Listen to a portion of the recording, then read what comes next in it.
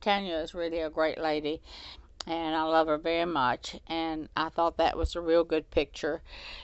And this next picture is Hank Williams' sister that lives in Selma, Alabama, and she favors Hank a lot. She's dark complected like Hank was, and that's me and her 4 or 5 years ago, and I'm very proud of that picture too. And uh, this picture is of Marty Stuart. This is at the Country Music Hall of Fame in Nashville, and the uh,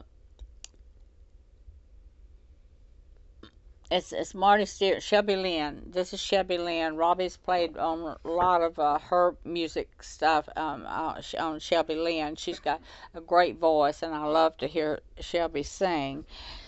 And this is Audrey's sister that lives down in Alabama, and me, and her name is Loretta Fleming, and that's Audrey's sister. I'm not sure she's still alive because this was made 4 or 5 years ago, but I haven't heard anything different, so I assume that she is. Hank Williams. A senior, a sister. And this is one of me and Aaron Neville's, and this is at Jazz Fest in New Orleans, and this is me and Aaron Neville's, and this is Ed Bradley of 60 Minutes down in New Orleans, and I think that that's a real good picture. And this one is me and Waylon and my Indian chief friend from up in Iowa, and he goes all over the world dancing and singing and doing Indian things, and so I'm very proud of my friend Chief Dennis Alley. And so, and then here's one of me and Travis Trent, and I don't remember exactly where that was made at, um, but it was made 4 or 5 years back, probably. Um, that this was made on Waylon's bus. Robbie and Waylon and them was playing a show, playing for the opening of the Coliseum in Nashville, and I was down there, and this was on Waylon's bus. I remember now.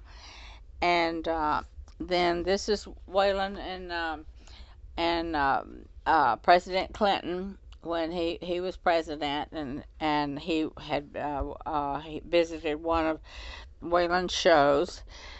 And this is me and my Indian chief. We were sitting on the stage at the Grand Ole Opry there at the back, and we've seen that one. And then this one is me and Jim Ed Brown.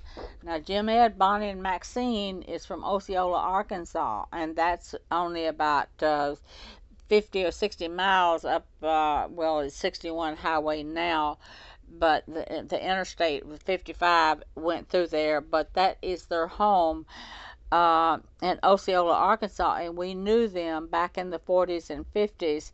In fact, we played a club in a curve right this side of Luxora, this side of Blytheville, Arkansas, when we were on KLCN.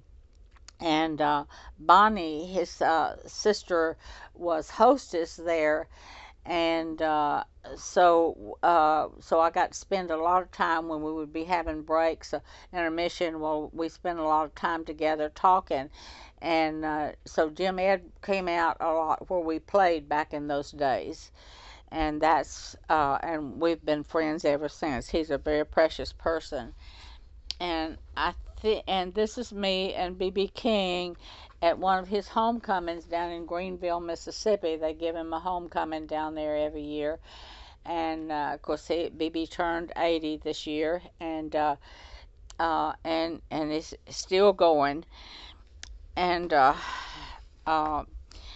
then I have a letter over there that I'll get and read at some point, from Hank Jr. thanking me for going down to Montgomery, and this is a statue that the where WSLFA used to be at the hotel. Um, they and they the dedication.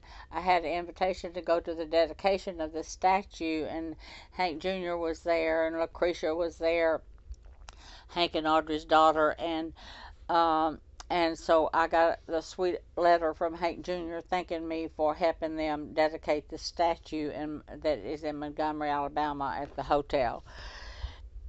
And this is at the old Ryman Auditorium where the Grand Ole Opry used to be. And here's Merle Kilgore and me uh, and Bill.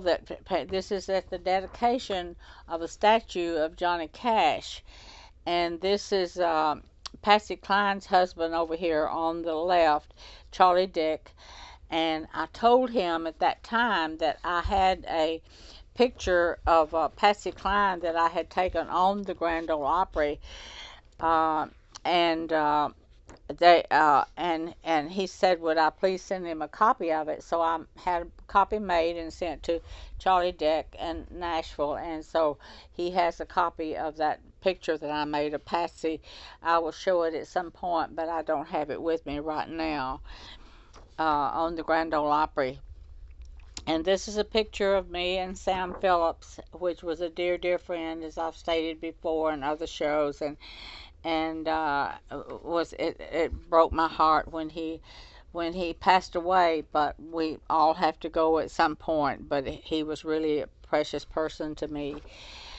And this is Weird Al Yankovic. I was hauling them on my buses, and this is Gary Gratzer, his road manager.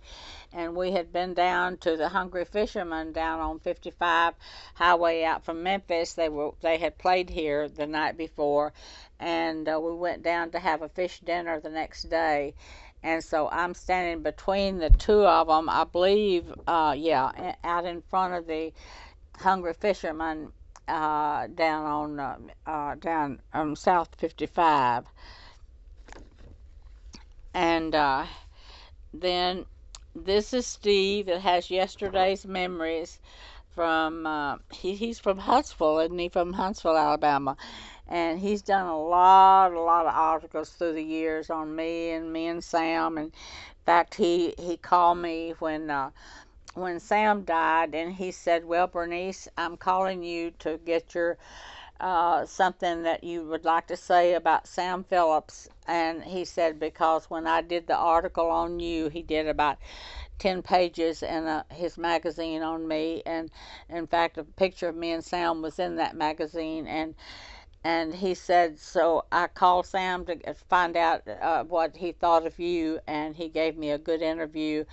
And he said, so I'm calling you to find out what you thought of him. And I said, well, it's just words can't explain what Sam Phillips meant to me. And so Steve has done a lot of good for a lot of people. Bernice, we're going to be back in just a few minutes, few moments. We need to take a break, and we'll be right back with you. I'm Bonnie Libhart. You're watching Vision Plus, and the program is Life and Times of Bernice Turner.